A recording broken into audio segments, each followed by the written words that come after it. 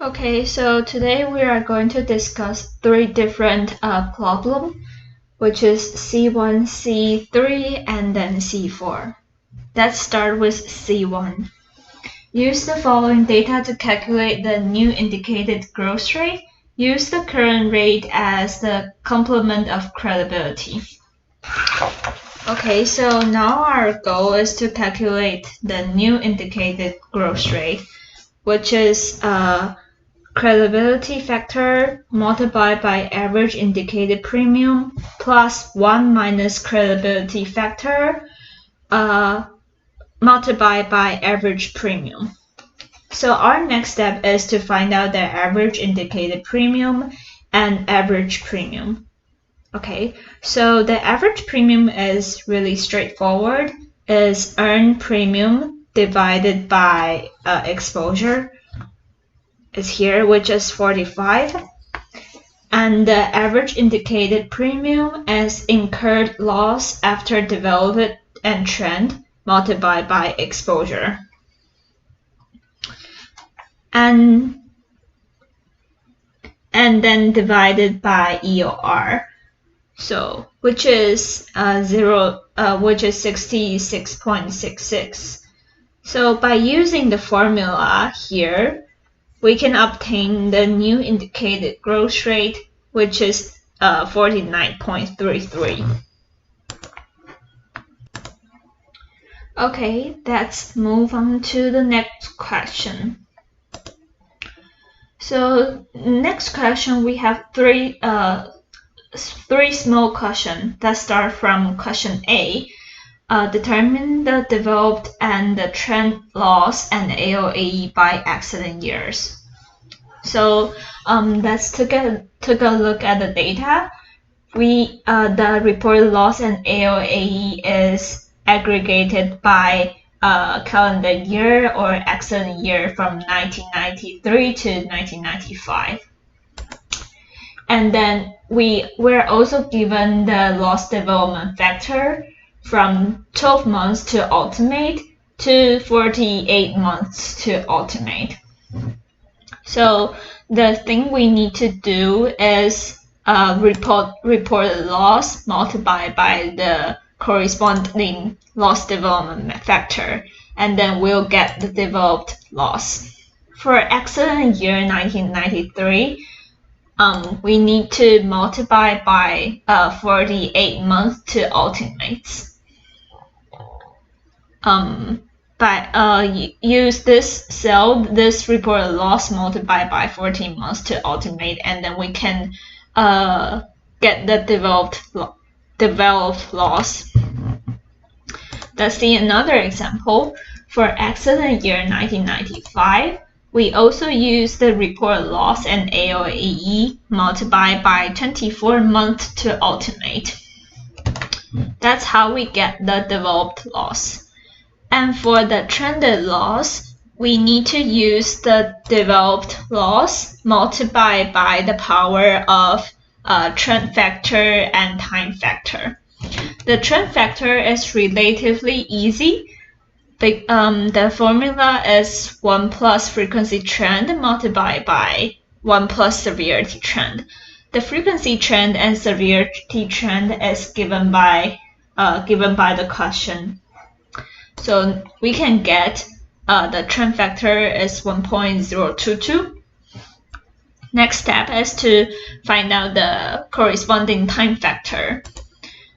Now we know from the question, we know that the start date is as of July 1st for each year, and the target trended date is October 1st for October 1st, 1998. So basically, the difference between those two dates, the start date and the target trended date, will be the time factor. So, which means they're 5.25 years from 1993 July 1st to 1998 October 1st. So that's how we get the trended loss. And then for question B, we need to determine the indicated pure premium as an average of each accident year's pure premium. So the first step is to find out the indicated pure premium for each year, and then we use the average to find out the final indicated pure premium. Okay, so this one is also really straightforward. We already have the trended loss calculated from a previous question, from question A, and then the earned exposures is given by the question itself. So we need to use the trended loss divided by the earned exposure for each year for accident year 1993, 1994, and then 1995. Okay, so we can get the pure premium, indicated pure premium for each year. So the question asks us to find out the average of all those indicated pure premium, which is 830. Okay. Let's move on to the next question. We need to determine the indicated growth rate. The indicated growth rate is the indicated pure premium plus the fixed rate, and then divided by 1 minus variable, and then minus variable permission minus profit permission. Okay, so let's see. We already calculate the indicated pure premium, and then we know the total fixed expense per exposure is 30, which come from here. And then the next step is to calculate V, which is the sum of fee. In this case is commission, come from here, and then taxes, and then variable portion of general and other acquisition come from here. Adding all those up, V equal to 0.27. Okay. And moving back, we now have V, we now have all those stuff. One thing is this QT. QT is the profit load. Okay, and then we plug in all the numbers and calculate it. We'll get 1,229. Okay, the last question is C4. Here we also have 3 different small questions that start from question A. Compute the permissible loss ratio. So permissible loss ratio is basically is the same as we did in the previous question, as 1 minus permission variable minus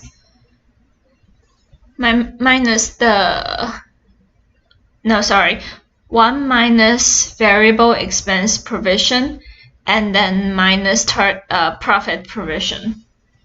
So the highlighted numbers are the variable provision, and 0.03 is the profit provision.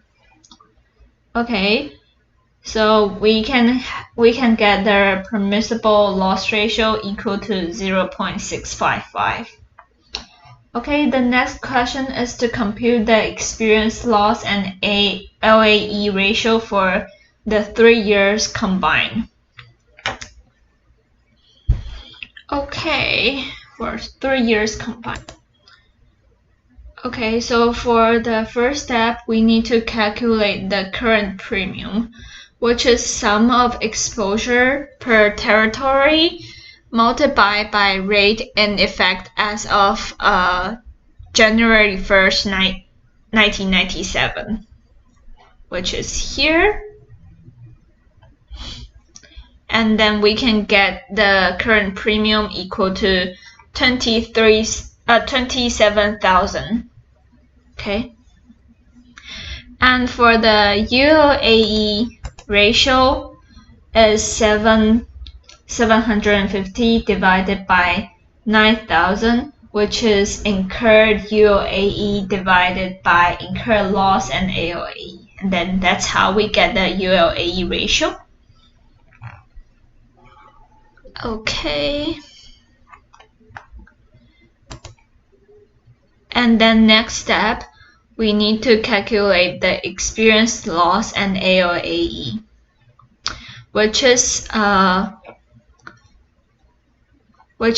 the sum of ultimate loss and AOAE divided by 1 plus ULAE. That's how we get the experienced loss and experienced loss. Okay. Finally, we can calculate the ratio.